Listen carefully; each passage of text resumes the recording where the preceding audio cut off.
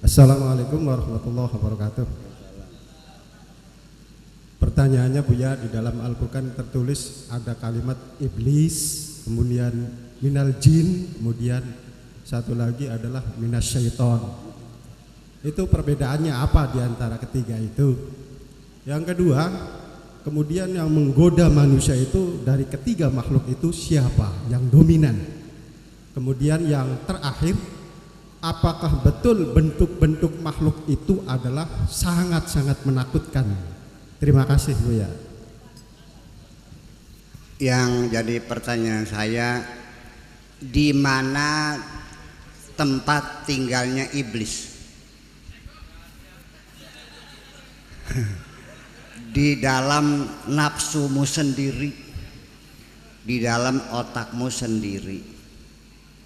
Jadi kita sendiri juga mengusir iblis ini kewalahan.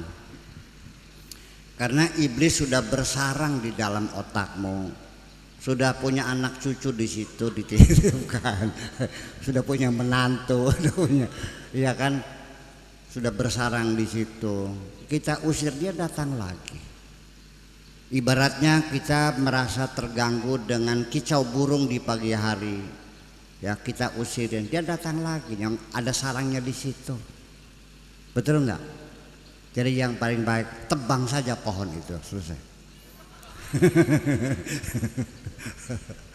Oke, iya, mau kemana? Dia kan miliki anaknya kok. Ditambah lagi anaknya kamu pelihara sekalian, ya selesai sudah. Jadi kita jangan salah paham ya, iblis, setan, jin, malaikat itu semuanya adalah makhluk-makhluk gelombang. Ya, gelombang dalam bentuk software, bagaimana kita menginstalnya, dan itu tidak jauh dari kita, di sekitar kita ini ada, di dalam diri kita sendiri, mengalir bersama darah kita sendiri. Hanya kapan disebut iblis, kapan disebut jin, kapan disebut setan. Kalau dilihat dari sisi perilakunya, itu adalah setan. Kalau dari potensinya namanya iblis. Dari sisi apa, jasadnya maksudnya jasadnya setan gitu, itulah jin. Jadi nanti setan itu tidak hanya terdiri dari jin saja. Yang bisa menjadi setan itu ya jin juga bisa, manusia juga bisa jadi setan. Namanya setan manusia, ada setan jin. Nah, yang perlu kita waspadai itu lebih berpotensi, lebih efektif penggodaannya itu setan-setan yang berbentuk manusia daripada berbentuk jin. Ya itulah. Kalau jin menggoda paling berbisik-bisik di hati kita, suruh melacur. Tetapi si pelacurnya itu adalah setan yang berbentuk manusia. Jin hanya berbisik. Tapi yang nyenggolkan susunya ke punggung kita siapa? Sing takon lagi apa Kang, jadi senggol susunya tempelkan di pundak nyel ada. Kari jin mah langkah susunya nok langkah. Gak ada. Jin mah gak ada aromanya, tapi setan berbentuk manusia menyengat bau parfumnya tuh. Ngerokoknya Marlboro juga, kepul kan gitu. Setan yang berbentuk manusia, setan laki-laki, ya setan laki-laki manusia, berbentuk manusia, datang ke rumah ngajak main judi. Kamu bilang nggak punya duit, nggak khawatir, saya pinjemin dong. Nah kalau jin bisa minjemin uang sama kamu.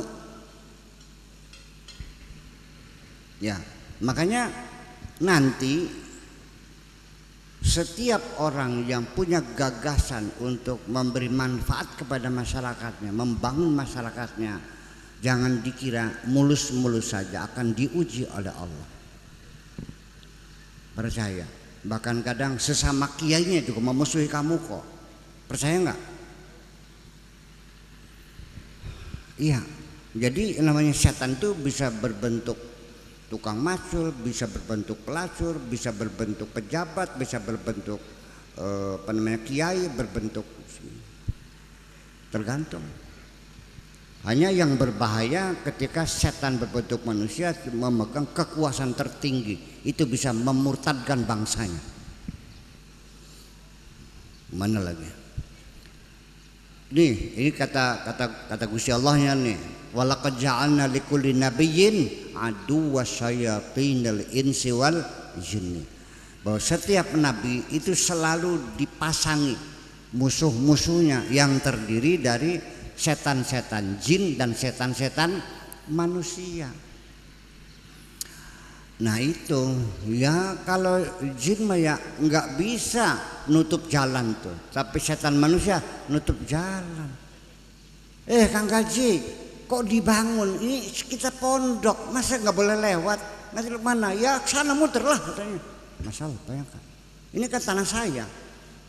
Ya sudah dibeli, enggak dijual. Dibangun, ditutup pesantren tuh. Ini bukan katanya, ini terjadi betul-betul. Betul enggak? Setan bukan tuh? Lah iya. Mana ada setan bisa bikin bangunan? Lah itu persoalannya, dibangun. Ya Allah ya Rabbi, gimana sih? Ya mah tanah dia, ya dijual lah, enggak dijual. Nah itu orangnya sembahyang, orangnya puasa, orangnya naik haji, itu termasuk alladzina yujahiduna fi sabilillah atau termasuk alladzina yasudduna an sabilillah? Ayo pilih mana? Yang mendorong perjuangan atau yang menghalang-halangi perjuangan? Nah itu persoalannya. Jangan-jangan kita juga jadi setan juga nih. Sampai sudah beli kerasa. Iya, jadi itu beda, mana yang physically, mana yang spirit, mana yang behavior, itu perilakunya ada spiritnya dan sebagainya. Potensinya namanya iblis, perilakunya namanya setan, dan ininya zatnya itu namanya jin. Itu sebangsa jin juga. Gitu. Jadi jangan salah bahwa iblis juga beriman sama Tuhan loh. Lebih ma'rifat juga iblis daripada kamu mah. Ayo ngandel boleh. Ya iya makanya. Jadi tidak ada jaminan orang yang hafal Quran, yang pakai udang-udang lalu tidak mungkin menyatu dengan iblis tuh. Mungkin saja seperti terjadi. Malah kadang-kadang lebih enak numpang di situ iblisnya tuh. Karena apa? Bisa berdalil. Oke. Oke, lanjut.